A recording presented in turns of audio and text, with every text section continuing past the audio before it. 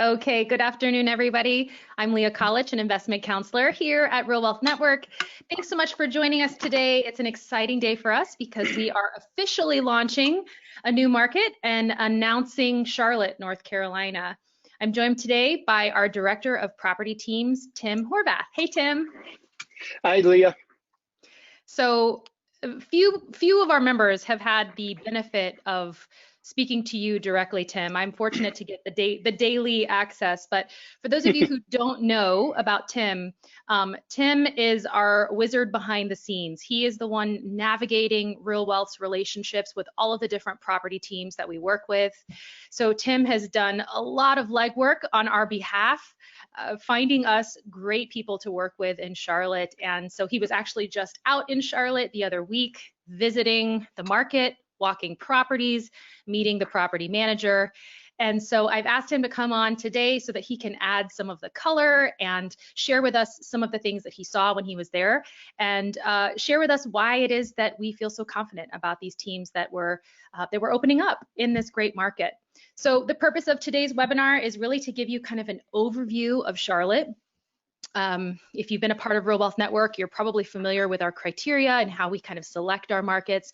We're looking for job growth, we're looking for population growth, we're looking for strong diversified economies, but we want affordability so that we can come in as levered buyers and have good cash flow, and also a good chance at some appreciation. And so Charlotte checks a lot of those boxes and more. And so we're just going to highlight for you today some of those reasons why we think this is a great market that our investors should be considering in their investment choices. So without further ado, we will get into it. Start off with a couple of housekeeping items. So our standard disclaimer. So while we at Real Wealth use our best efforts and proven protocols to screen, review, and understand the operations of all of the property teams that we work with, we cannot and do not guarantee the performance of the investments that are offered by these companies. So if you're planning on purchasing a property, we strongly encourage you to refer to and follow the investor checklist, which is a list of absolute must-dos that we wrote out for you. Great guide for you to follow as you're purchasing an investment property. You'll find these next two items on that list. We encourage you to order a full home inspection from a licensed third-party home inspector. Even if the property team is willing to provide you with a previous inspection report, even if you're purchasing a brand new construction property, you still want to get that full home inspection. If you you want to order a home appraisal. If you are financing a property, the lender is going to automatically order an appraisal to protect themselves with the investment. And so if you're paying all cash, you want to be sure that you're protecting yourself as well. Be sure to order that home appraisal. So I always say, we simplify this process. We connect you with some great people. Tim and his team do a great job of identifying really solid teams in these markets. But at the end of the day, we don't own these companies, and we're not cherry picking properties and offering a guarantee to our investors. You still are in charge of your due diligence process and making sure that you feel comfortable with the company and the property that you're planning on purchasing. All right. So I already kind of mentioned, we have a lot of criteria that we look at and data that we look at Real Wealth to kind of guide our market selection process. And this is a graphic that if you've been following Real Wealth for just about any period of time, you've probably seen. Kathy Fecky, our CEO, references this all the time. This is a graphic that was provided to us by John Burns Consulting Group, who aggregates a lot of data on real estate across the nation. And I included it here because I think it so well illustrates one of the primary reasons why we like this market. There is a tremendous amount of growth in the southeast of the United States. And yes, we already have property teams in Alabama. We already have property teams in Georgia. We have been eager and itching to get a team in North Carolina. We've previously had a team in North Carolina, but it's been a couple years since we had someone solid that we could refer our members to, but those days are gone. So now we've got a great connection, two connections for you guys in North Carolina, this really fast growing part of the country. So let's talk a little bit about Charlotte and why we like it. So we got this map here for those of you who are unfamiliar with the geography of the state. You see Charlotte there kind of towards the center southwest side of the state. Charlotte is actually the largest MSA in the state of North Carolina. Raleigh, which you see kind of up north in the center of the state there, a little bit further east, is actually the capital, but Charlotte is the largest population. It's an explosive primary market with a lot of diversity. It's a transportation hub. It's becoming a tech hub. It's certainly a financial hub. It's a very pro-business state. And we love to see that when we're looking at markets. If a state knows how to incentivize business, companies will relocate there. And when they bring jobs, people follow. And those people need somewhere to live.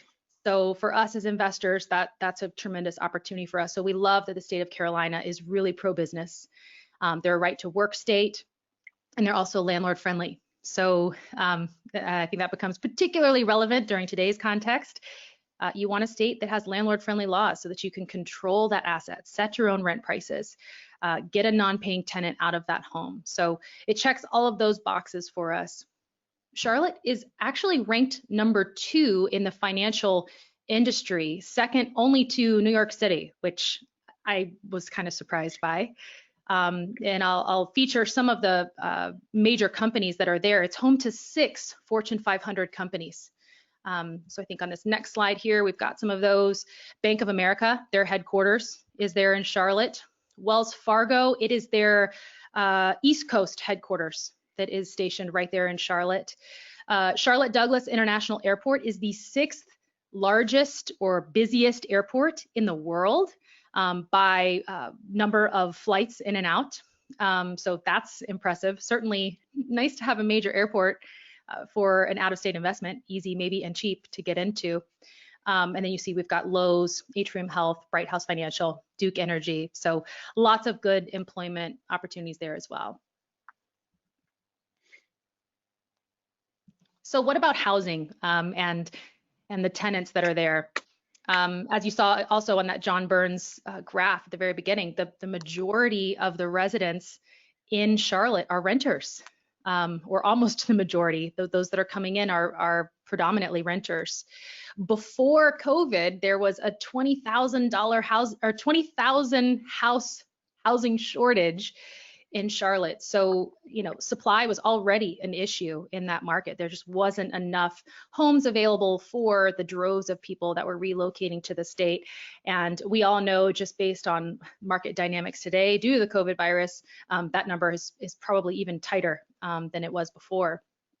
The Charlotte population growth rate is twice the national average, indicating that people are leaving certain parts of the country and moving here. 150 people move there every day, taking advantage of the low cost of living, taking advantage of the temperate climates, taking advantage of a good quality of life.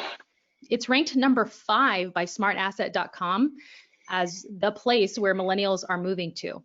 So that's always a good sign. I read an article the other day talking about North Carolina. I hear North Carolina come up in conversations all the time, both in an investment perspective and also in just my peers and my friends of where people are living in cities that are really attractive to millennials. And the article that I read said that very predominantly Charlotte and the Triangle area of North Carolina, which is kind of the Raleigh-Durham area, they're magnets. Millennial magnets. So that's always a good sign too, because we know as well, millennials tend to be renters at this point. They've got student debt. So instead of buying houses, they bought college and they're renting. So that's great for investors. Yeah, I'll add, Leah, to that it's, in my opinion, it's a modern market where technology is very strong. And many college students and millennials are leading to good jobs and lifestyles. So Charlotte stays ahead of the curve. So they're whenever something new is coming out, Charlotte's going to try it first. Yeah, that's great. I want to go back to the map of North Carolina just to kind of orient you. I used to live in North Carolina. I lived in Fayetteville there. If you can see that little dot right there in the center. And what I loved about living in North Carolina is that you're like 3 hours from anywhere. It's a very easy day drive to the coast to go enjoy beautiful beaches. You're only about a 4-hour drive south of, or excuse me, a 4-hour drive north of Washington, D.C. Charlotte is very close to Asheville, which is over here in the mountains. Asheville is delightful. Great foodie city, really great place to vacation. It's a hard place to invest because prices are high, so it's really difficult to get cash flow. But there's just a lot of appeal to the state of North Carolina. It's actually, Charlotte specifically is the largest MSA on the Eastern Coast between Atlanta and Washington, D.C. So it's definitely like a prominent stop there on that Eastern Coast.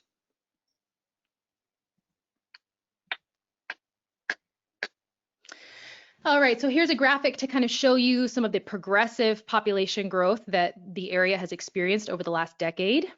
It has outpaced the national average significantly. We've seen a 17% increase over the last decade. This is 181% faster than the national average. You've got a very large population, 2.6 million. Tim and I, we were chatting before the start of this webinar and just kind of commenting about, as an investor, how much we like the idea of investing in these very large metropolitan areas. It's hard to find cash flow in those large metropolitan areas.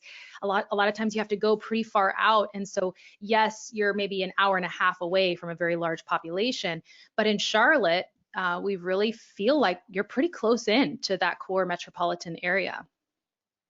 Yeah, all the different places that I saw when I was out there, less than 45 minutes from Charlotte. That's great. So you've got a big rental pool, 2.6 million. I love that as a property owner. It's affordable. So this is our standard real wealth graphic to kind of line up the home prices to the national median average. And we kind of compare the national average to the Charlotte metro average, which it's right on there with the national median home value. And then we compare it to the real wealth properties that we're getting. So we're just below the average median home value for the metro. So it's still 8% lower than that national average. So you are getting some good value there. This next slide is what I think is the most compelling. Again, we've got the US median monthly rent compared to Charlotte. Charlotte is certainly cheaper to rent than the nation. But look, real wealth neighborhoods were actually a little bit higher. The rents that we're getting on the properties there are a little bit higher than the Charlotte metro, indicating that you're getting a high quality tenant. Tim, how would you kind of classify the areas that you saw? If you were to give them kind of a neighborhood classification, what would you say? B plus and A all day. What I loved about it and what we're offering are new builds. So the 20,000 properties that they're short, that isn't a bubble, that's just supply and demand.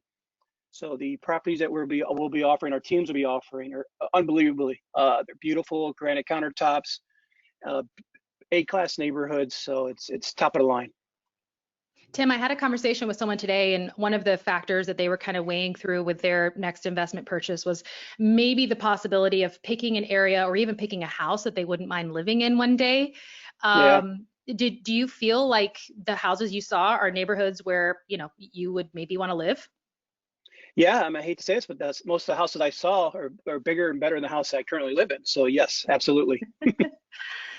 That's awesome. So I really like this fact. I mean, a lot of people, real estate comes with risks, right? You're owning a real asset. So that's challenging in and of itself. You're fighting things like weather, and then you're renting it out to real people. And we know how problematic we are. So there's inherent risks. And so as an investor, you're always looking at little things that you can do to just reduce that risk or balance that risk with some return.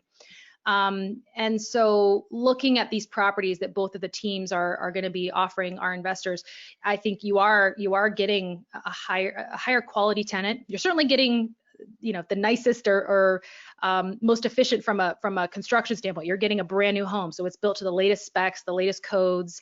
They're going to be gorgeous, but then they're also commanding that high rent dollars, so attracting that more desirable tenant as well.